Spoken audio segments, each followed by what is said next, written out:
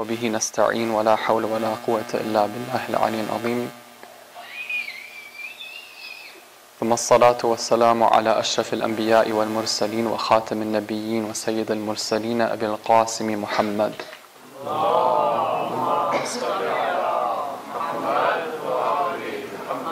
وعلى آل بيته الطيبين الطاهرين المعصومين لا سيما بقية الله في الأرضين. السلام على الحسين وعلى علي بن الحسين وعلى أولاد الحسين وعلى أصحاب الحسين. السلام عليكم ورحمة الله وبركاته. Alhamdulillah for this opportunity to have a pre-Muharram seminar. I'd like to thank all those who were involved in putting this together, and I want to thank all of you for coming out for the gathering tonight. Those of you who were thinking that this would be something you could just come and kind of sit back and listen to other people ask questions and get answers, that's not what it's going to be like. It's going to be more interactive. I'm going to get you involved as well too, and you'll see how we do that as we go along. But right now I just want to encourage you to be sitting in a place where you can see the slides. Sisters, can you see the slides? Yes, in the back there too? Okay, good. All right.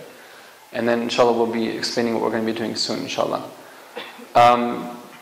Usually when it comes time for Muharram, what do? We go to the majalis, right? We go and sit and listen to lectures and then spend a few minutes remembering some tragic moments that took place on the way to Karbala, and then in Karbala as the days went along towards Ashura, and then we remember what happened on the day of Ashura. But the tragedy of Ashura, the events that took place leading up to it in Karbala afterwards, there's much to be learnt from that. Let's go to the next slide, please.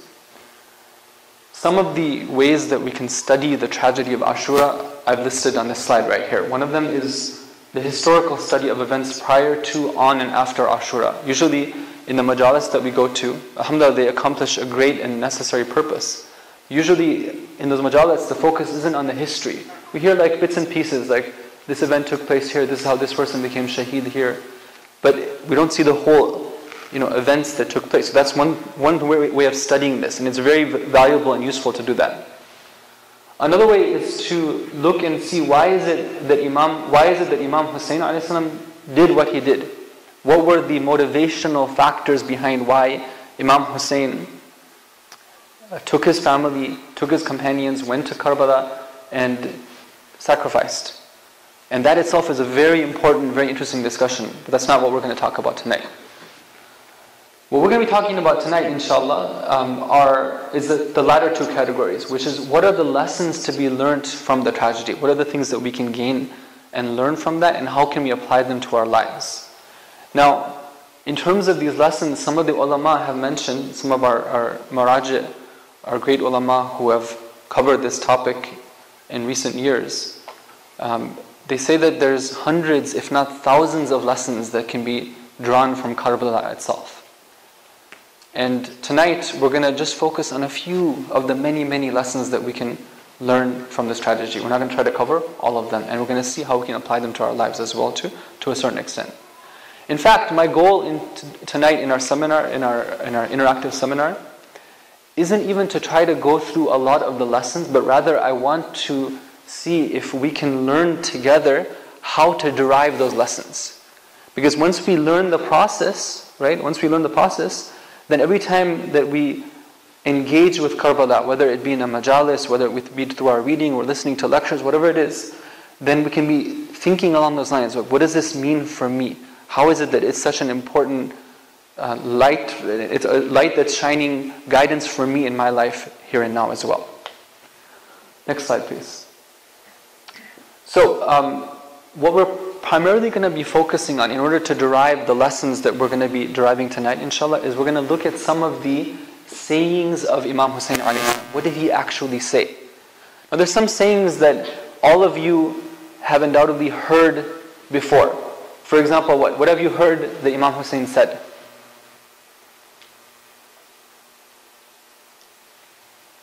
Don't all speak out at once. Okay. Ahsan. He said that to die with dignity is better than to live with humiliation. Okay, this is one thing that we've all heard before, and something which rings very true for us, and it's a motto for us as well too. Okay, or mithli la yubayi'u mithla Yazid. The likes of me will never do bay'ah, will never pay allegiance to the likes of Yazid, etc. Okay. Now tonight we're going to be covering on some sayings. Most of them you probably haven't heard as much before, or maybe some of you have not heard many of them at all before. Okay. Now, not that we're pulling this out from some mysterious source or anything. No, these are there, but because they don't typically sort of fit with the flow of majalis, and we don't typically cover these in majalis. But tonight we get a chance to cover some of these sayings of Imam Hussein, and they're going to give us a lot of insight as to why he's doing what he's doing and what we can learn from that. And then we're going to be looking at some of the lessons that we can take from these sayings, and it's going to be interactive. How is it going to be interactive? The way it's going to be interactive is that you guys will have to do some thinking and discussion. And so what I'd like you to do is to break up into groups that you're going to be discussing things with. Okay, so make sure that you're sitting near other people who you're going to. I don't want big groups of 8 people. So maybe around, let's say around 4 people groups. It can be a little bit less, a little bit more. That's fine. But please get together and form those groups. I'm serious. You actually have to do it. So. It's okay.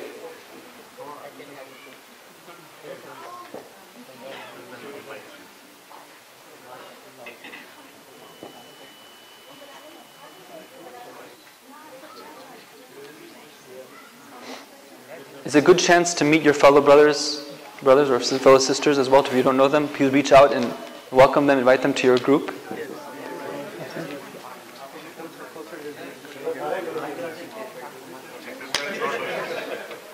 He's alone? Okay, that's okay. I'll forgive him, inshallah. Okay. Although it'd be better if you can also participate as well too in discussions. So, yeah, why don't you do that? Actually, it's better, yeah. I'm sorry, you lose your comfort seat, but, okay. Alright. So, I'll explain to you what you need to do when you need to do it, but let me just say one thing from now, okay? The presentation, this is the way it's structured, is that there's going to be 5 sort of lessons that we're going to try to derive from Karbala. Okay, 5 of them. And then we're going to be seeing how can we apply them in our lives. The interactive portion, it's going to be there very soon, right? But it's going to get even more interactive when we get to the lessons part, how we derive it in our lives, okay? So for now, just we'll start, we're just warming up right now, and then we'll get really then you'll have to discuss properly afterwards. Okay, next slide, please. Okay, now can you guys read it from there or no? All right, so then if you move closer this way, will you be able to read it or no? Is it just too far that way? Yeah. Okay. All right, so we'll need to, if you guys don't mind, sorry, because.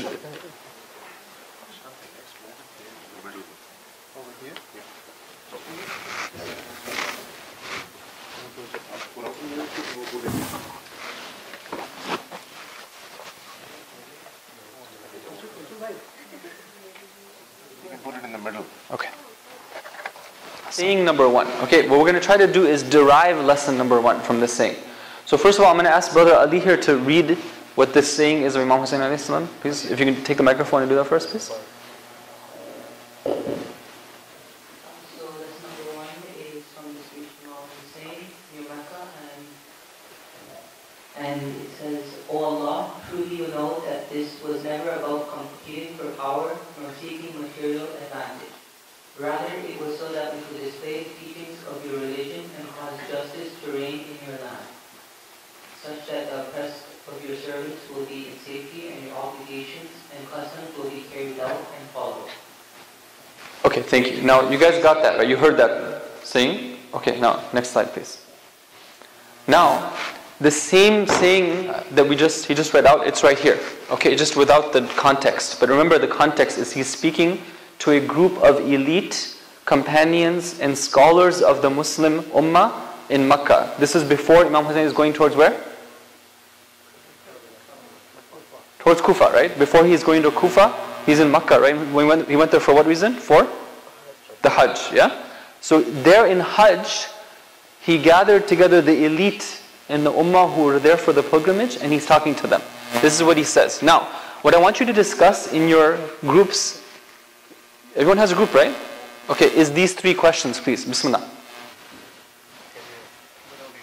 Theoretically, if Imam Hussein had defeated Yazid militarily and become the Khalifa, the Caliph, would that have been negative or positive? Okay. Now, you might be thinking, okay, what is the brother asking here? It's okay. Just if you start discussing, inshallah, it will become clear. Bismillah. Okay. Thank you.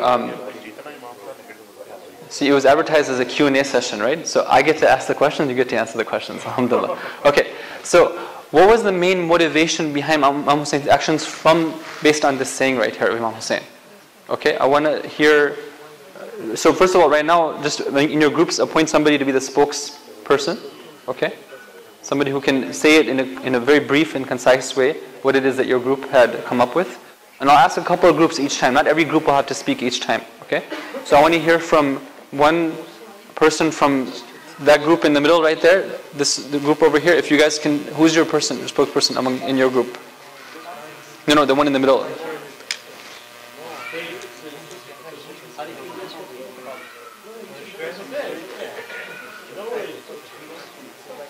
If he's not comfortable, then don't push him. But if he can do it, it'd be good. Arif, can you do it?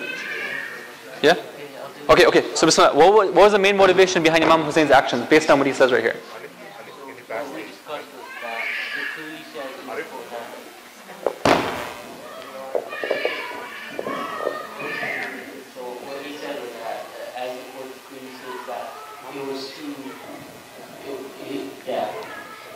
So he could display the teachings of Islam and cause justice to land over, especially like the oppression Muslims at the time. Okay. So that meaning that it's not what? It's not, his motivation is not to what? It's not for power. It's not for gaining power. It's not to. Okay. Now, so accordingly, what defines whether he's successful or not? So we discussed that this was at this situation at the time. He may have been seen to be. He may have been unsuccessful for a short-term purpose. Okay. But his purpose was more long-term. So as you can see today, there's still other diary going on. Okay, that's good. But now I'm just based on this right here, like right here. So accordingly, what defines whether he was successful or not? Okay, thank you. I think you guys got it, but I want to hear now from the sisters. So, can this microphone also go or no? It's just that this one is stationary. Okay. All right. So do we have a second? Oh, we can just give them the other microphone. Okay. We can have a third one. Yeah, there's a wireless. You can just give the sisters the wireless, yeah? Okay. So this sisters group right here, this one, yeah. Who's your spokes lady? Is the question 2 or is the first one? The first one and then the second one, yeah.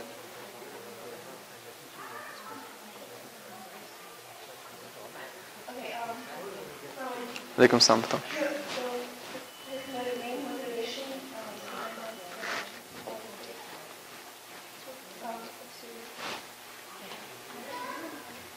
to copy set up the message of Okay.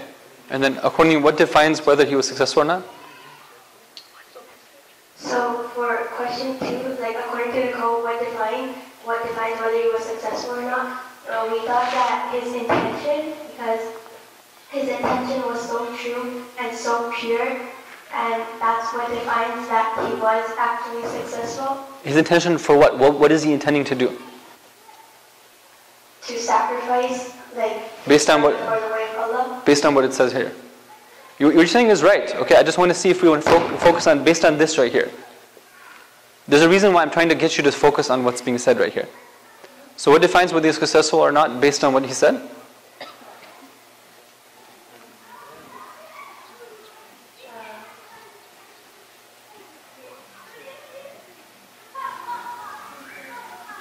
Okay. Okay. Anybody from the brothers think that they have a good answer for number 2 and number 3?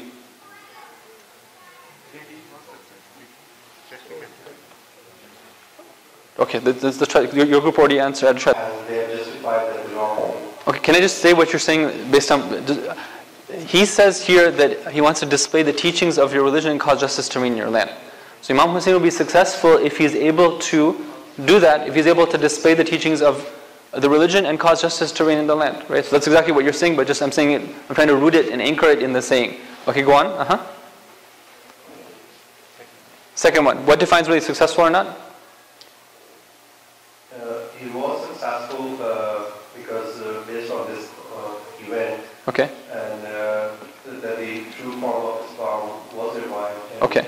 The people do realize later, like whatever he was doing was not for the material value of economic talent. Okay. But in fact, he was really working towards Allah. Okay. All right, and then if he had defeated Yazid and he had become the Khalifa, would that have been negative? Would that be wrong then? Because if you say his motivation, you said is not for him to be the Khalifa. That means that if he becomes Khalifa, then he's wrong then? No. Why not? Because? Because he could still do this, he could still get to the goal of displaying the teachings of your religion and still do that, but that's not the goal. Okay, ahsant. Okay, thank you. That's what I wanted to hear. Thank you. Okay, now, next slide, please. So, one of the lessons we're learning from this is the lesson of ikhlas. Okay? That when we do something, we do it out of purity. Okay? We do it for the sake of God. And we do what God wants from us. Alright, now, ikhlas, just a brief, ikhlas is a subject where, it's a deep subject. Just a brief thing about ikhlas, alright? That there's different levels of ikhlas. One of the breakdowns the ulama have provided us is with this. That number one is that when it comes to our belief in our creed, that we believe in our mind, those things that we hold to be right and true, they are truly right and true. Meaning that we believe in things which are based on aql, based on proper reasoning, not based on just whims and fancies and these type of things. Number two, in action, okay, that we do things which are pure. We avoid haram and we do things which are wajib. Right? This is a very important level of ikhlas as well. But it goes beyond that as well. In intention as well. And this is where we're talking about sisters I mentioned that his intention was pure. Imam Hussein's intention was to do this not for his own personal gains, like seeking power or getting to be the Khalifa or becoming rich or something like that, or he felt bad that the ummah had ignored him. Nothing of that, alright? It was purely for the sake of Allah and the deen of Allah, the religion of Allah. And there's even higher levels as well too of ikhlas. I just want to mention that there are higher levels. We don't need to go into them right now. Now, success. You know how I had the question about success? Was he successful or not? Success is what? It depends on how much ikhlas somebody has. Alright, Imam Hussein alayhi salam, all of you said he was successful. Right? But from a purely political perspective, you would have said that Imam Hussein was a failure. Right? If you just look at political, he went and if he was aiming for the Khalifa, he was a failure, right? He didn't get to he got killed, right? But all of you said that he was successful. Why? Because he did his action with ikhlas. And one of the lessons that we learn when we study Karbala is that if somebody has the right intention, is doing it for the sake of God, then Allah takes that and multiplies the impact of that action by the level of ikhlas that person had. Right? And there's a principle that we have from the Quran, وَمَا عِنْدَكُمْ يَنْفَدْ وَمَا عِنْدَ اللَّهِ بَاقٍ. Whatever is with you passes away, but that which is with Allah stays around. It sticks around. And that's what happened with Karbala. So actions which are done with ikhlas have an internal impact. Like until today, Karbala and what happened there is still having an impact on us. Now how do we practice ikhlas? Very quickly, just to give you just a hint on this idea, how do we get to go from one stage to another stage? Is that one way of doing that is to analyze our actions, see what we're doing, right, and realize that it's important that if we want to take something from Karbala, and take something from Imam Hussein alayhi salam, then we need to be improving ourselves. We have to understand it on an intellectual level that okay, this is where I am, this is where I need to go next, and then we need to slowly put that into action as well too. Okay, yes. Purity. Yeah, purification. Okay, the separation of defilements and impurity from the substance which is, like the original substance. Okay? Alright, now, keep this lesson in mind. We're going to come back to it when we're talking about how to apply this in our lives, inshallah. Okay? Now, number 2. Next slide, please. And this is saying number 2. Actually, I wrote saying number, not lesson number 2. Alright, Brother Farhan, can you read this first? Should come over here. Yeah. You see the covenants of God being violated, yet you do not speak out. You bootlick the oppressive rulers. If you had not separated from the truth, had not differed in the Sunnah after clear evidence, and had borne some troubles in the way of God, you would have been in charge. But you preferred the oppressive rulers over yourselves, and let them take over. As a result, you handed over the weak over to the tyrants to be their slaves, and the tyrants to act as they please, and appoint speakers from the pulpit in the cities to spread their message. This is another speech of Imam al-Hussein in or near Makkah to the elite among the scholars and the sons of the companions. Oh, thank you. Next slide, please. Okay, so there's 2 questions I'd like you to discuss now. Based on what is being said here, what was Imam Hussein Islam accusing the elite of the so-called ulama of doing?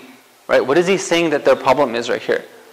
And were the consequences of their actions just limited to themselves? Or was it the case that it affected others as well too? This is pretty simple, alright? So just discuss it for like 1 minute, inshallah, and you'll figure this one out. Can I get one of the sisters groups in the middle over there? One of the spokesladies from there, please, if you can tell us what your group came up with. And pass over the microphone to them, please.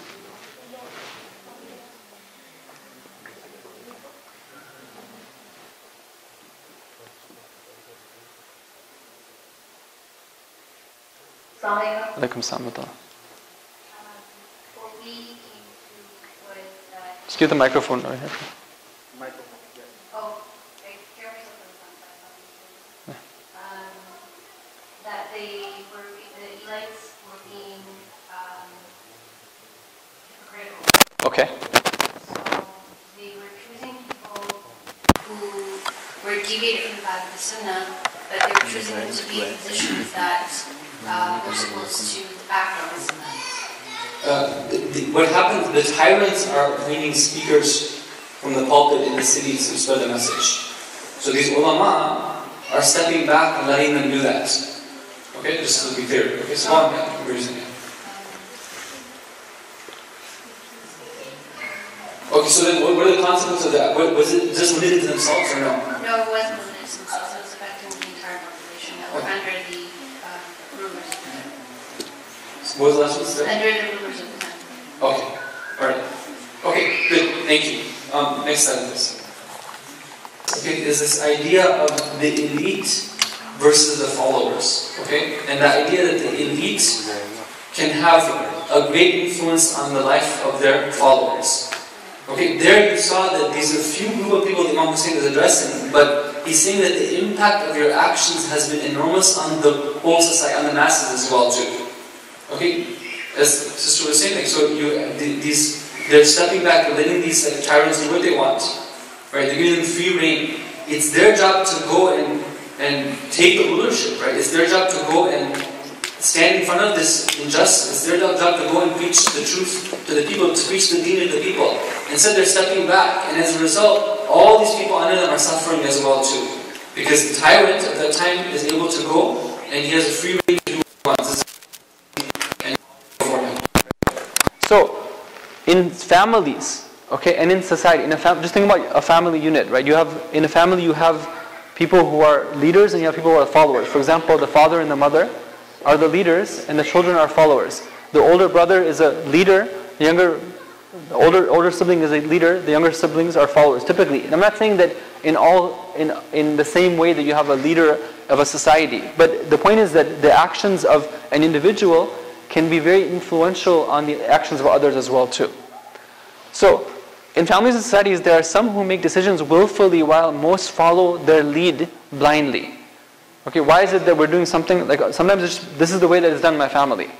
Right? This is the way it's done in my culture, without thinking about it. Now, there's an example we have in the Quran of this concept. Right? I just wanted to point it out that here, Allah addresses the wives of the Prophet. He says that whoever among you commits an indecency, her punishment shall be doubled. Why is it doubled?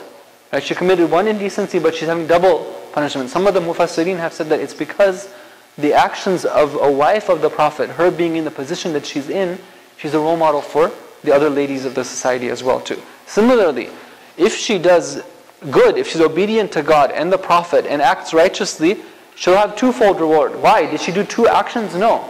She did one action, but twice the reward. So this is an important lesson, inshallah, as we go along. We're going to see how we can apply this. Okay, next slide, please. Okay, quote number 3. All right, can you read it first? All right. Okay, just do the front. All right.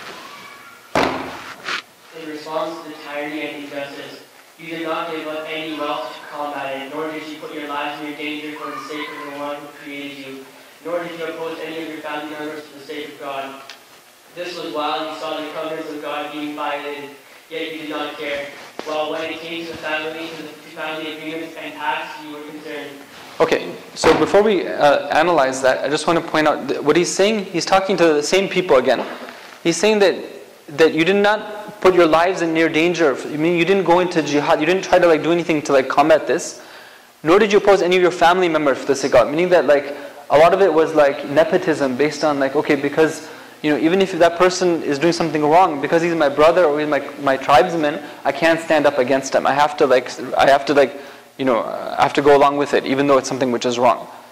And you saw the laws of God being violated. You didn't care about them. But when it comes to family agreements and pacts, you were concerned about them. Meaning that, let's say that here, there's a haram being committed by the ruler. Okay, you're not going to say anything about that. But when it comes to something to do with your own family, then you're going to stand up and do something about it. Okay, now, next slide, please. So question number 1, were the people in the audience completely rotten in every respect, and did they do no good? All right, this question for you to think about. Number 2, or did they do some good and some evil? Well, this is kind of the same question. And what were their priorities? All right, this is the question that you can just discuss. Again, it's very simple. It should take you about a minute to discuss, inshallah, we'll go along. Okay, so which group here? Do you guys have something first in your group? I'm sorry. To the first question, were the people in the audience completely rotten in every respect? Did they do no good? Or the way I see it, this was while you saw the covenant of God being violated. And in that case, they did no good because the family came first. Okay. Is that what all groups, do you guys come to the same conclusion? Okay, can you pass it to this group right in front of you? What did you guys say? Come to me. We believe that they did do some good. Okay. Although it was really selfish of them to support their own family and personal interests first, but it was still a good. And for the second question, yeah, they did evil, of course. They excluded what was right, what was justice. Okay. For the third question, what were the priorities? Yeah. So we got that the priorities were their personal interests, their families, their paths, and justice was not their priority. Okay, Ahsan, thank you. All right, next slide, please. So just to, what brothers were saying is correct. Just hit the down button. Yeah. So one of the lessons we can learn from this is the lesson of necessity of knowing our responsibilities and be able to prioritize among them. Okay? There's a principle of important versus more important. Sometimes there's something which is important. I want to help out my fellow human being. I want to help out my brother, right? Because they're my brother, right? So I want to help them out. Sometimes there's something which is more important than that as well too. And this is a very important principle in Islam. Okay, there's a lot of examples we could talk about where people don't get this straight. They think that, this is something which is important for me to do. But it's wait a minute, is this the most important thing for you to be doing right now, right here and right now? Okay? Just as an example, right? Let's say that it's the month of Ramadan, right? And somebody is doing itikaf, right? And there's a very important Quds Day protest going on at the same time. Okay, this is important and that's important as well too, right? right? But which one is more important right now to do then, right? Okay, so a lot of examples. So there are definitely some. Now this is from the book Aftab Dar Masaf. I'm giving you the source here. This is from Ayatollah Khamenei. Okay, he says that there was definitely some who joined Imam Hussein who had to leave aside their wajib Hajj incomplete, because it wasn't the case that people were going for Hajj every year, right? Sometimes it'd be once in a lifetime people go for Hajj. So he says that look, among all the group, there wasn't just 72 people who left Makkah. There was a whole group of people that left. There must have been at least one person who had a choice between doing his wajib Hajj versus going with Imam Hussein. But he made the choice of going with Imam Hussein alayhi salam. Okay, there's another example. Now, sometimes though, it's easier to focus on the side issues, which are easier to implement, than to focus on the core issues which are uncomfortable and difficult to deal with. Okay? I mean, yeah, it's easy. Sometimes easy to do something, but those things which really matter, which are like the pillar, right? Those things are difficult for people. And again, we'll get to some examples, inshallah, as we go along with this. Okay, there's 5 quotes, and then there's examples. Now, okay, so inshallah we'll be able to get to those. All right, next slide, please. All right, quote number 4. All right, can you do it first? Can you read it? Okay, just come up here, please. It's okay. It's okay. Yeah. All right, this one. I praise Allah, the exalted with the best of praise, in ease and difficulty. O Allah, I praise you on account of your honoring us with the prophethood, that you taught us the Quran and the Deen of Islam, that you gave us ears, eyes, and hearts, and that you did not place us among so much and those who associate others with you. Speak of Imam Hussein, delivered to his companions on the night of Ashura. Okay, thank you. What's your name? Sujat. Thank you, Sujat. Okay, this is what Imam Hussein says, you know, at the night of Ashura, before he tells his companions that, look, they're here for me, you're free to go, and he lets them go, and then they come one by one, they say that, no, you know, even if we were to be killed, like, you know, 1,000 times and burnt alive so many times, then we would still be with you. But this is what he says at the beginning. Now, I want you to analyze this based on the questions, but I have to say this is a bit difficult, okay, to really think here. Why is it that Imam Hussein is saying these things and not other things? Okay, next slide, please. So, ask yourself, Imam Hussein, like other Masumeen, he chooses his words very carefully, okay? Why would he choose to praise Allah for these particular blessings? Number 1 is the blessing of honoring us with the prophethood. Number 2 is that he taught the Quran and the Deen. Number 3 is that he gave us ears, eyes, and hearts, and you're not placed among the mushrikeen. There's 3 blessings that he highlights. Why is it that he is choosing to highlight these, not other ones?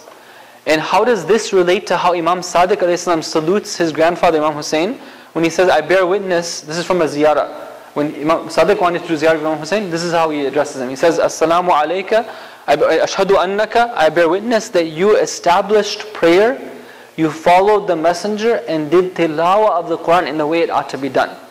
So think about this, okay? What does it mean that you taught us the Quran, to read the Quran the way it ought to be read? What does it mean to establish prayer?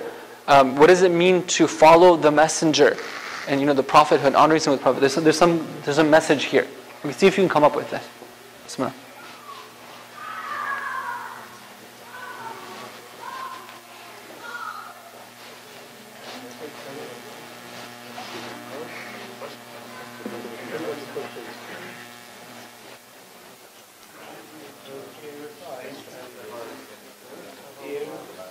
I want another sisters group to please speak up.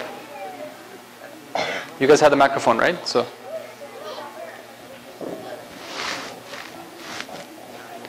Okay, so I want you to please tell us, what did you understand these blessings to mean? What is it that Imam is saying when he says that he honored us with the prophethood, that he taught us the Quran, the Deen of Islam, and he gave us eyes, ears, and heart? What did you understand from him? Whatever you understood. Bismillah.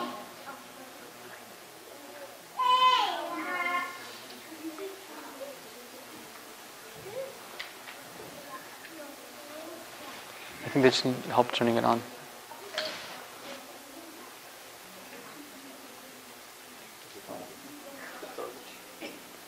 Is it on? What we understood from this question is that specifically the words that he chose when he says with ease and in difficulty, at that time he knew that he is in difficulty and he's praising God in both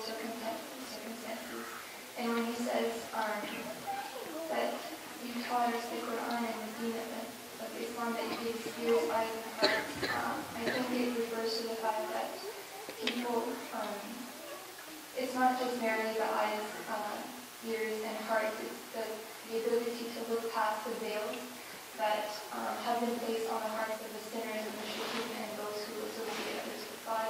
But they see through those veils and they have that specific connection with God, and he's praising God for the ability to actually be able to understand the Quran for the actual meaning, because often when we read the Quran, our hearts are so deadened that we don't see the true message, but they've been blessed with the true message. So he's praising God for that blessing. Okay, that was very good. Thank you. That's exactly along the lines that I was thinking. Inshallah, let's see the next slide, and then you can. Okay, lesson number 4 could be said like this. Okay, that it's the lesson of going beyond a shallow understanding of the religion. Imam alayhi salam, one of the interpretations of what he's saying is he's praising Allah for giving him and his followers a deeper understanding of the religion. Okay, one that goes beyond just a shallow level and then you hit a veil, like Sister was saying. Okay, it's a deep, penetrating understanding of the religion that's an active understanding. So, for example, when in that ziyarah of Imam Sadiq, he says that I bear witness that you established prayer. Okay, there's a difference between saying prayer and doing iqamah of salah. You know, you say hayya ala salah, or qad qamat as-salah, qad qamat as-salah. This idea of salat standing up, okay, or being upright. Right? What does it actually mean? There's a difference between the two. Like they say that there was in Iraq. You must have heard this before. They say that there was an Iraqi when I guess the British wanted to colonize Iraq, they send somebody from there, and he goes to like Iraq, right? And he had never been in the Muslim world before, so he walks in. He goes. They ship him into this country, and he hears the adhan, and he sees all these Muslims like going to the mosque at adhan time, right? So he asks, like, you know, the deputies around him. He says that, okay, what are these guys doing, right? And what are they saying, right? So they explain, oh, this is the call of prayer. They're going to the masjid. They're going to like do ablution. They're going to say their prayers, bow and prostrate to God, right? And they're going to go back to their work. So he's like, so it doesn't have anything to do with like our being in charge and our being able to colonize them, right? But they said no. Okay, so fine. He's like, we let them do it. You know, they can continue doing it, right? They can do that type of prayer, which doesn't have any value. I mean, it doesn't have like it doesn't. Because after all, prayer is supposed to be a unifying force. It's supposed to be a congregational thing, right? It's supposed to be something where we cast aside any type of sharik, right? Where here's, like for example in this case right here, they're accepting oppressive and colonizing rulers. If prayer was truly upheld the way it ought to be, then you're casting aside any type of allegiance and obedience to oppressive rulers. Prayer is supposed to, when it's established, it's done on time as well too. Like in Day of Ashura, Imam Hussein Islam does prayer on time, right? Sometimes you find people, they want to do other things and not do prayer on time on the Day of Ashura, right? Or when it comes to commemorating because of Azadari, right? But Imam Hussein teaches a lesson of wanting to do prayer on time, right? These things have that's part of establishing prayer properly. The difference between reciting Quran and doing tilawah of the Quran, as sister was saying. Somebody can just read it and it's just words, right? Another person can read it with the spirit of wanting to act upon it and truly act upon it. Imam Hussein is saying that, oh Allah, thank you for teaching us how to act upon your Quran as well too. This is the true message of the Quran, what he's doing right here. And then there was a person named Shimr. You guys have heard of Shimr, la'natullahi alayhi, right? Did you know that Shimr was known as an allama? You go to some books that talk about Shimr's biography, they praise him as being an allama, right? Somebody who's excessively, extremely learned, and somebody who was a hafid of the Quran as well too, right? He used to recite a lot of Quran, but what kind of Quran reciting was that? That's why Imam Hussein, praise be to God who taught us the Quran, right? Because this is the way Quran is supposed to be read and acted upon. Okay, that's lesson number 4, and then the last lesson we're going to cover for tonight is the next one. Quote number 5, next slide please. Oh, just one quote about establishing prayer. He says that Imam Khomeini says, on the day of Ashura, when one of his companions said that the time of Dhuhr has arrived, Imam Hussein says, you have reminded me of prayer. May Allah place you among those who pray to Him. He stood and said his prayer right then. He didn't say we need to battle right now. Rather, his battle was for the sake of being able to perform his salat. Okay, this is what you call, this is a very insightful understanding of Imam Hussein, what does it mean to establish prayer? Why do we praise Imam Hussein as establishing prayer? Because he's the one who let us establish prayer the way it ought to be. Otherwise, the prayer that Shimr and people like that had, we don't want that type of prayer. That's not what God wants from us either. Even though it might be with proper pronunciation and done, with like lots of Quran, but that's not the prayer. That's not the true spirit of prayer. Okay, next slide, please. Okay, this is the last quote. All right. Well, actually, there's two quotes that say the same thing. Okay, the same message behind them. Okay, I just need one of you brothers to. Can you do it, Joel?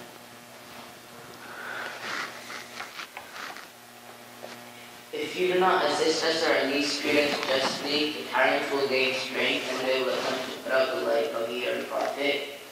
This was a speech by Imam Hussein near Makkah to the leader and the scholars and the sons of companions.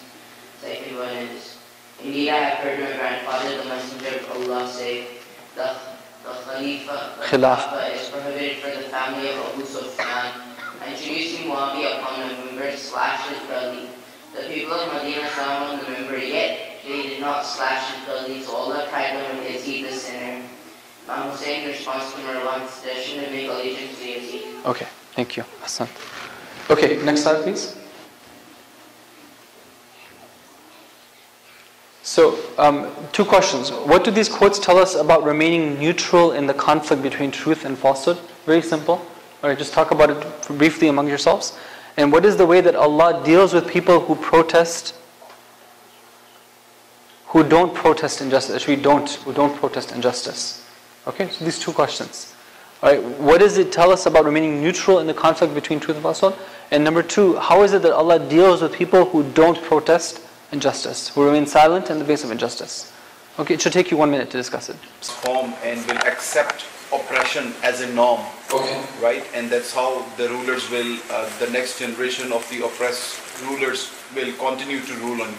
Okay, thank you. So he's saying that based on this, what we understand is that there's a sunnah of Allah. There's a way that Allah deals with people. Silent when they know that something is wrong, but they let it be without speaking up against it. It's not just going to go away magically, right? It's not just, that, okay, if I just sit there and let me just go and do dua and not do anything about it. Dua is important, but we have to, if they don't do anything, they don't stand up against it, then what's going to happen is that things are going to get worse. And brother explained one of the reasons why things get worse, okay? And Imam Hussein, he's saying that if you don't assist us and give us right, what's going to happen is that the situation that's there right now with Muawiyah and then Yazid after him is going to get even worse. That's what he's saying to the people. Even here, he says that the people of Medina saw Muawiyah on the minbar and they did not slash his belly, so Allah tried them with Yazid, who was even worse than Muawiyah. Okay, so that's the pattern, right? So that's why these are two very important things we're learning about standing up against injustice. So what's the lesson then? Next slide, please. Is that those who fail to protest injustice are part of the injustice. Okay, this is a very simple and thing that we know this already, but it's a good lesson that be an opponent to the oppressor and a helper to the oppressor. There's no neutral area where if you know that oppression is going on, you're quiet. Okay, now let's go. Can you go down? Now what we're going to do is trying to recognize the lessons. Okay, let's skip this part because we don't have enough time. Let's skip this one as well too. Skip this one. Okay, practical applications. Okay, next slide, please. Now, there's some different scenarios I put together, daily life sort of things, right? That come up where the lessons that we talked about, you can apply them to these. Okay, so. This way, I come home, I find the kitchen in a mess. I'm alone and my family is out for an hour. I spend the entire time cleaning up. When they come back, I'm just waiting for somebody to say something, but no one does. And at the end, I get depressed and make up my mind to never do such a thing again. For a half a minute, just discuss them in your group. Okay, think about the lessons that we've learned and see how this applies to those lessons. Or see how the lessons apply to this rather. Barbecuing, whatever it is that you want to say, okay? Alright? Now, what is the lesson of who had a good discussion about this? Anybody? Okay, so brother, take Arif. Next sisters found they come to the what's the sister? Of course, it's both of them tension. So we thought, Assalamu alaikum. We thought that this went back to the first lesson that we got from the hadith of Imam Hussein, which was about ikhlas, purity of intention and purity.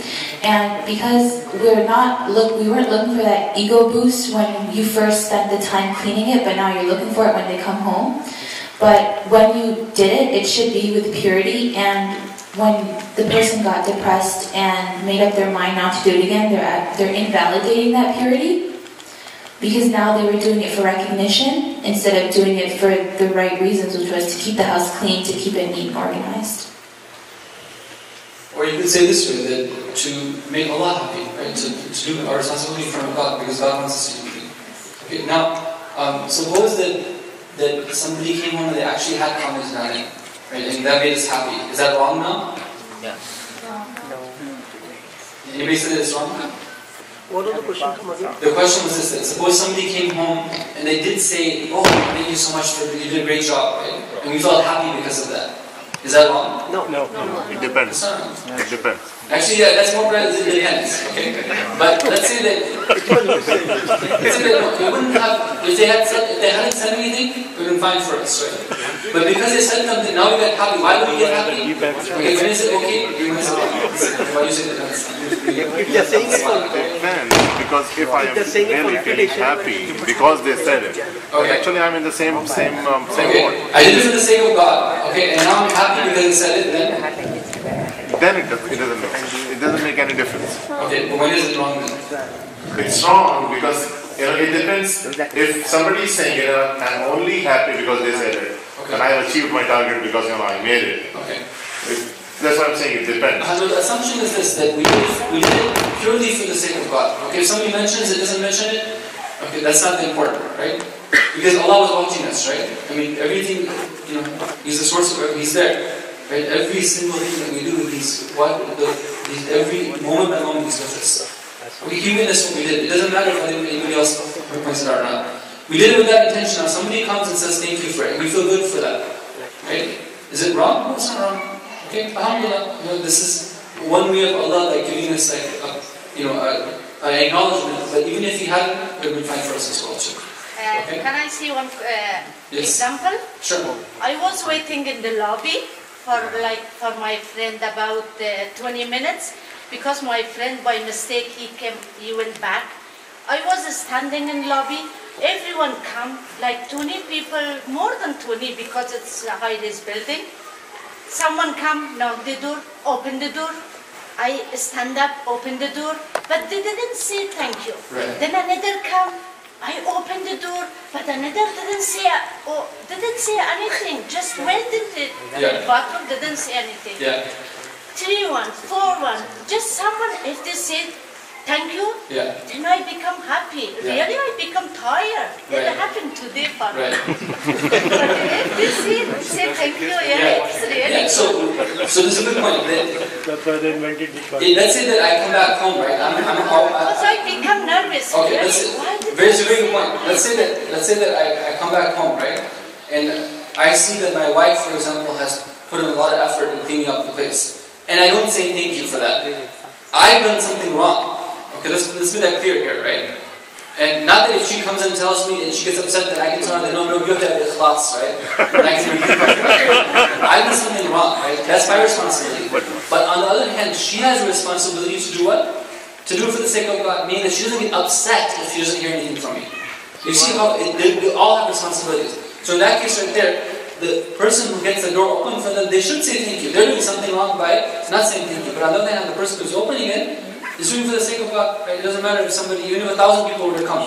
Why? Because I know that I'm being that means by which this person is coming into the center of God. Right? So I'm the one who's winning here, not that person. Right? I'm the one who's getting the thought here. Yeah? Now this is, you might say it's a simple lesson, okay, but believe me, if people who do Islamic work were to understand this one lesson, right, things would change, the nature of our work would change. Really, like a lot of the problems, they stem from not understanding this simple lesson that we see and we can gain from understanding Islam. Okay, next slide please.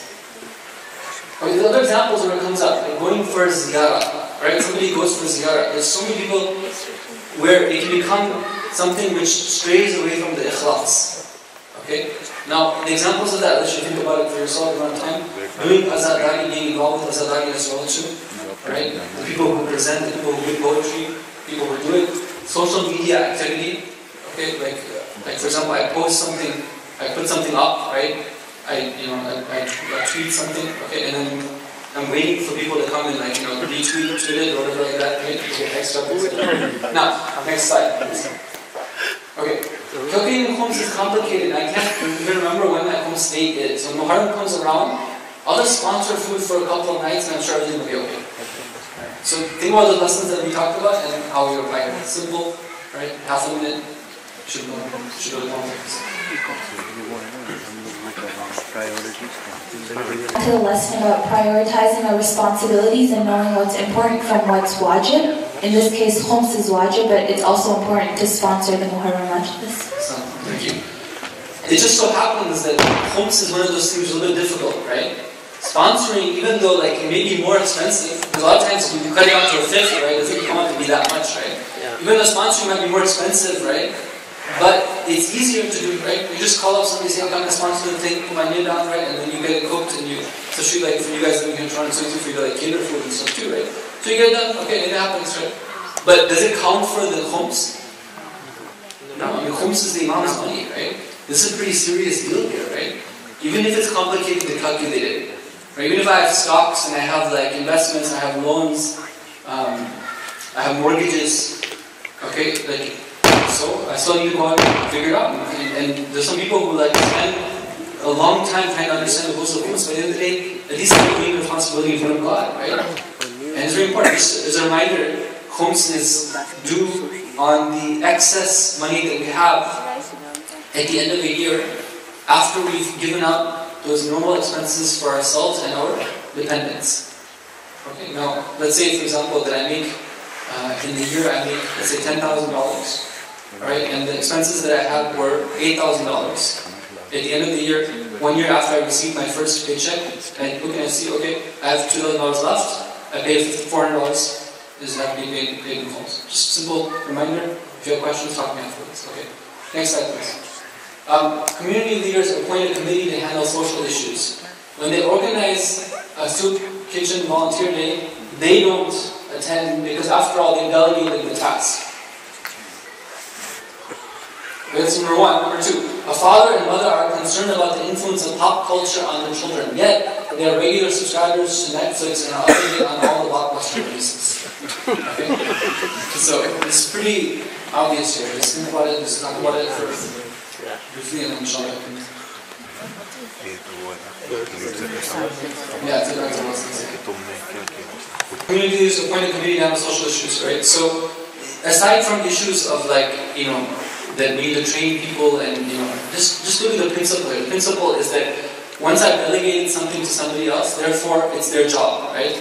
Is that the right thing? Is that the right way of going about doing it? No. Let me give you an example, okay? A very beautiful example that we have from the life of our Prophet sallallahu alaihi wasallam.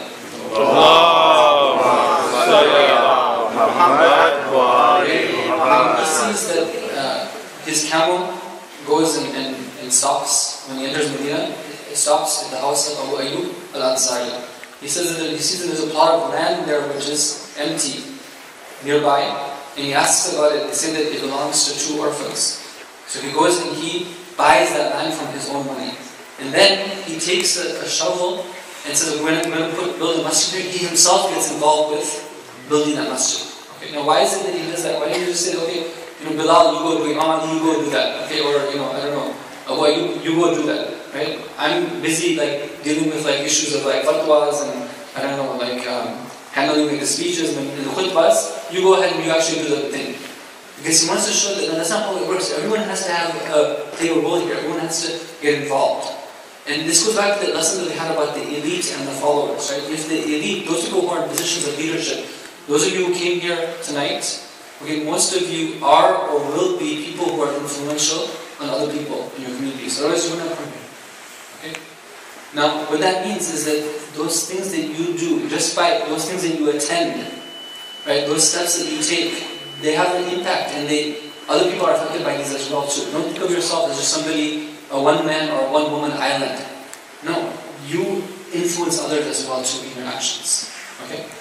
And then the second one right here is that, of course, that if we want our children to change in some way, we have to be doing the same thing. I mean, we can't be expecting that the influence of pop culture on your children, but we're showing them that, hey, it's okay, right? We're right up there, we're watching the same movies. Okay, we tell them we're worried about the influence of movies on them. Okay, well, we need to stop watching movies ourselves, right? Why are we so hungry to see what Mr. Hollywood gives us, tomorrow? Right? Is he our friend? Right? Is the images and the messages that they're pumping towards us, are they Islamic? Or are a lot of them anti-Islamic, right? These are serious issues. Okay, next slide. This was interesting. As I flipped through news headlines reading the latest about bombings in Iraq, settlements in Palestine, and drones killing innocent people in Pakistan, I sighed out of dissatisfaction with my Muslim brothers and sisters. The problem lies with you, I say, and I've heard this before, by the way. The problem lies with you. You raise your standard of education, culture, and living, and then you'll be able to lead a dignified life. I signed a petition pleading for a government official to stop sectarian violence in Syria. I then sign off, thanking God for my comfortable life, and I attend to my own affairs. Okay, which lesson does this point to? The lesson of what? Responsibility. I'm not being silent in the face of oppression, right? This person, right? It's true that Muslims need to improve their own situation, right? But they're being oppressed, right? I mean, there's a responsibility that we have to stand up against, to call out the oppressor and say that you are the Yazid of the time. Right? It's very important. It's essential. And then this thing of let me plead to a government official to stop sectarian violence in Syria. Right? I mean, you saw that, right? Like about a year ago, one of the techniques that some Muslim organizations took was to plead to Secretary of State X or Y, I don't know what, these people who go and stop the violence in Syria, right? Yeah. Well, who's the one who's causing that sectarian violence in the first place? Yeah. Right? Where's it being funded from, right? So I'm going to go plead to them to stop. I mean, does that make sense? Right? I mean, I'm going to take them as my protector. Anyway, this is something that it goes back to the same principle, the same lesson of not standing up against the oppressor. Okay, and the next slide is the last one. I think, let's see, yeah. I'm particular about the justice of the heart issues. And make sure to wash the handles of a public sink with soap before using them. By the way, do I need to do that? No. Okay, then sometimes you can do asraf actually. You can do something haram sometimes by wasting water. Sometimes, if it's excessive. Yes, my career involved dealing with riba, taking maybe interest which is haram. But, after all, we have to earn a living, right? That goes back to that lesson about prioritizing. Okay, and then I think one last one. Let's see. Yeah, this is I've recently found success in being involved with local politics. And now I've been invited to be an official government representative and a special interfaith envoy that is going to visit Israel and Palestine. I'm sure I can do a lot of good, even though it will probably be a carefully choreographed visit. Okay? And this is one of those where you might say, if you are thinking about it, you might say, okay, wait a minute, oh yeah, I can accomplish some good, right? But at the end of the day, what this means is now you're going to be a representative of that institution which is causing this injustice to take place in the first place. That's right. And that's not correct. Okay, and then I think that is it.